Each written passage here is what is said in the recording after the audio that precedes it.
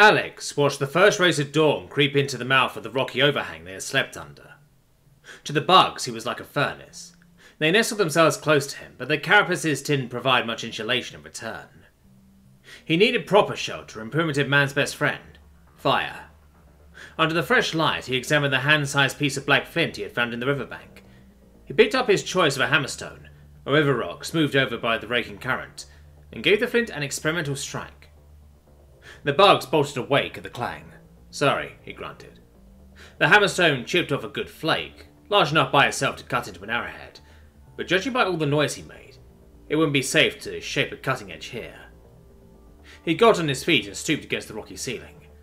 "We need to get moving." The bugs blinked at him. They didn't understand what he was saying, but they could understand the meaning of his movements. Still, he didn't stop talking to them. It helped his sanity to have someone to talk to that wasn't a volleyball. He stepped out with the bugs in tow. The dark waters rushed by at their feet. He wet his cracked lips.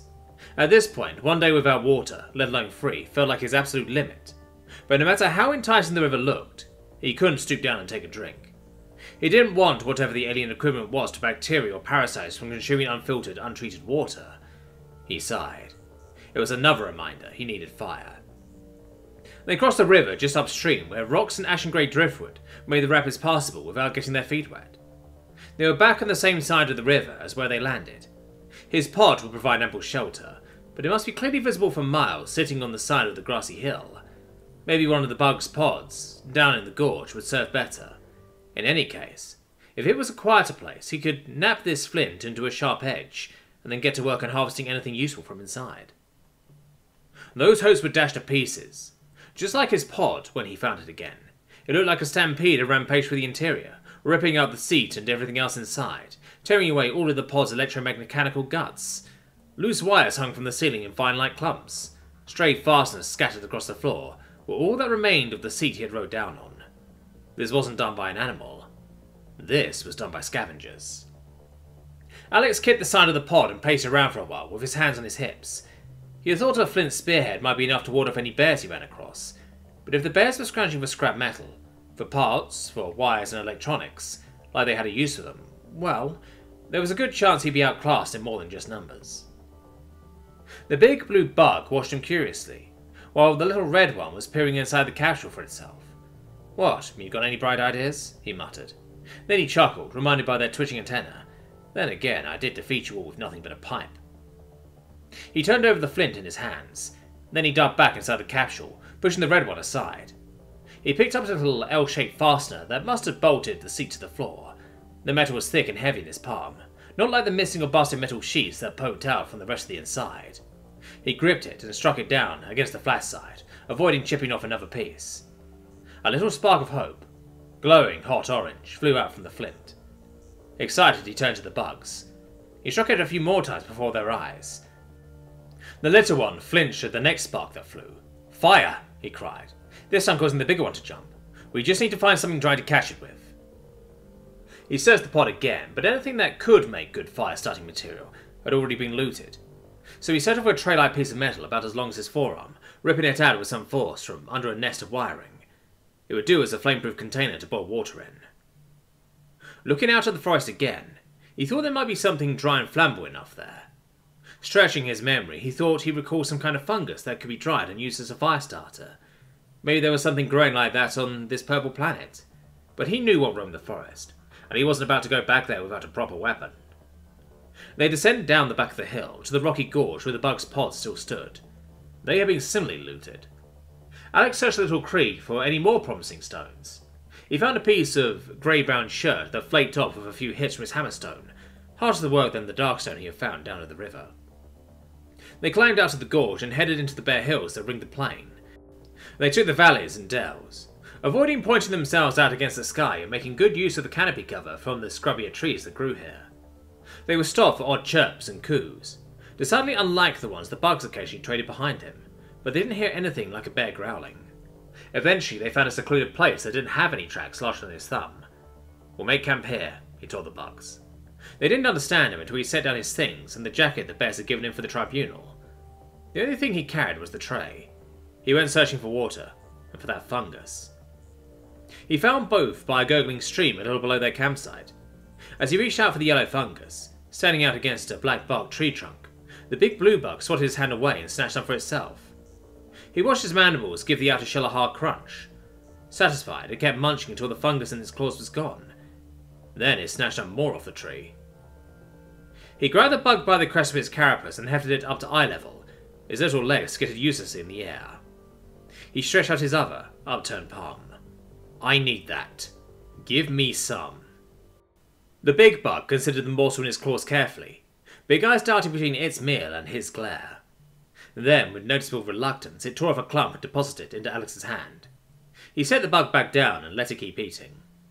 The fungus it gave him had a hard outer shell. With some pressure from his thumbs, he pried the shell off and felt the inner spongy layer, damp, but if dried out, possibly tender. He harvested as much as he could from what remained after the bug had its meal, and had torn off some for its smaller rust-coloured cousin, which chewed happily. The three returned to their campsite with a full tray of water and, for two of them, full stomachs. That alleviated Alex's concerns for the bug's well-being, but not his own. His stomach grumbled. There was enough game sign from little animals to consider traps, but right now he had to prioritise warm shelter and clean water. He left the fungus out on a rock in the midday sun to dry, then started digging. With his hands he dug a hole almost as deep as his outstretched arm, and started work on another nearby. The bugs chittered and watched like usual.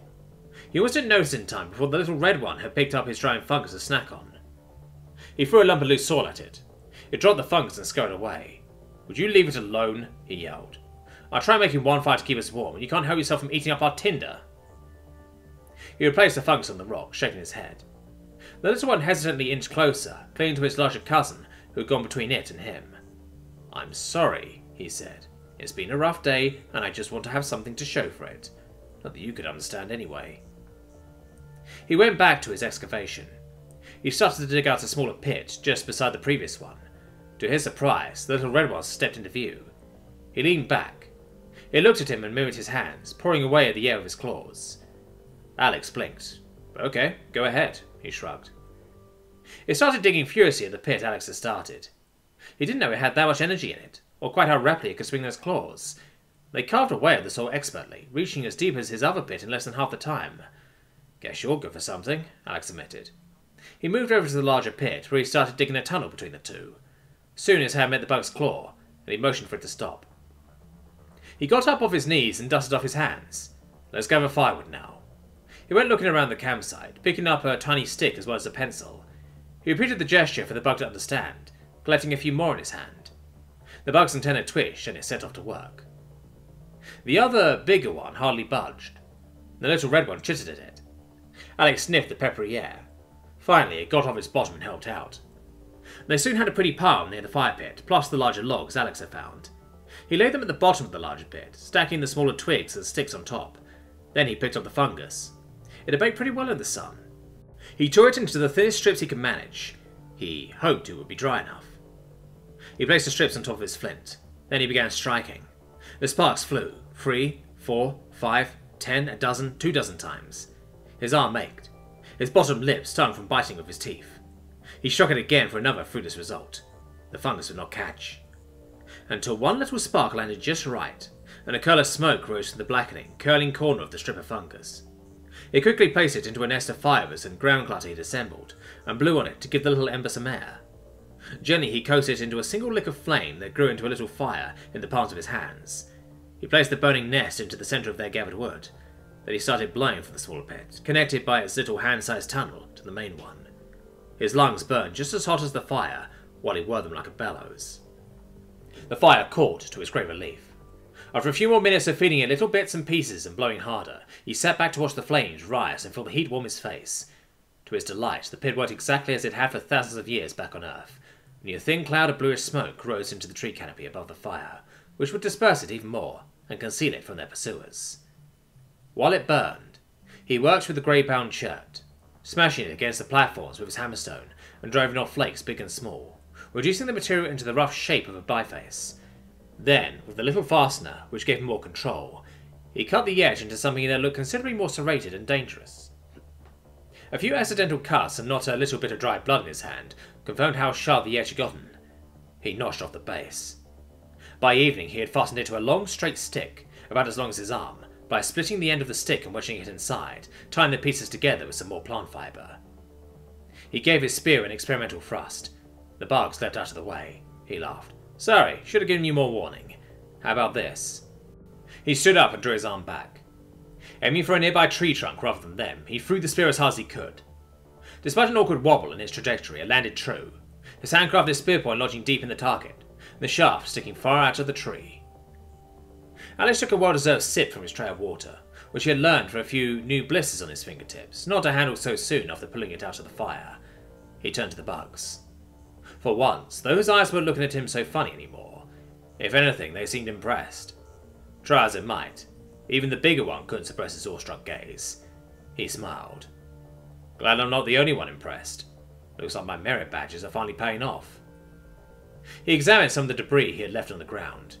He would keep some for future arrowheads, but there was a better use for the two largest flakes. "Now, let's get you two some hardware of your own."